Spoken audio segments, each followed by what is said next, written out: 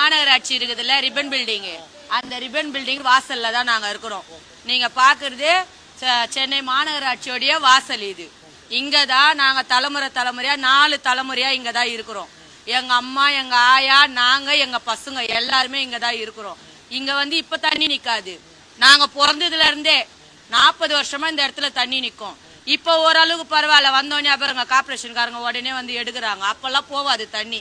3 நாள் 4 நாள் இருந்தாலும் இங்கேதான் தண்ணி நிக்கும். இது எப்பயுமே இங்க தண்ணி நிக்கிற ஏரியா தான் இது.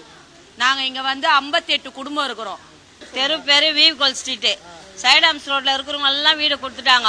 எங்களுக்கு கொடுக்குறேன்னு சொல்லி ஒவ்வொரு வாட்டியும் சொல்லும் போதெல்லாம் ஓட்டு கேட்கும் போதெல்லாம் சொல்றாங்க, நாங்க உங்களுக்கே கேபி பார்க்ல வீடு கொடுக்குறோம், இல்லைன்னா மூலக்கோத்துல கொடுக்குறோன்ட்டு.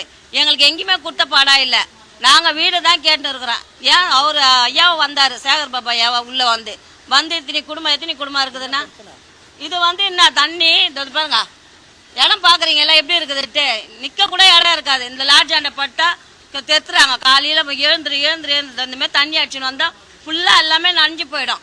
அந்த ஆமா தண்ணி நிக்குது. அது பாக்குறீங்கல்ல எப்படி இருக்குது பாருங்க. இந்த இடம் எங்களுக்கு எவ்வளவு கஷ்டமா இருக்குது. பாத்ரூமும் அடிச்சுக்கும் போக முடியாது. நான் குளிக்கிறதுக்கு கஷ்டமா இருக்குது. இவ்வளவு வயசு பிள்ளைங்க எல்லாம் வச்சு நாங்க இருக்கிறோம். எப்படி இருக்க முடியும் சொல்லு? எவ்வளவு கஷ்டமா இருக்குது. நாங்களும் எவ்வளவு சொல்லிட்டோம். கவுன்சிலர் மகளை சொன்னோம், இதோ வந்து பாக்குறாங்க, தரான் வீடு, அவ்வளவுதான். எதுவுமே கொடுக்க எப்பவுமே நிக்கும். ஏன் அவரே எத்தனையோ வாட்டி வர்றாரு, சிஎம் எத்தனையோ வாட்டி வர்றாரு, ஐயா பாத்துட்டு போறாரு. யாருமே அவருக்கு தகவல் போதா என்னன்னு தெரியல எங்களுக்கு. ஆனா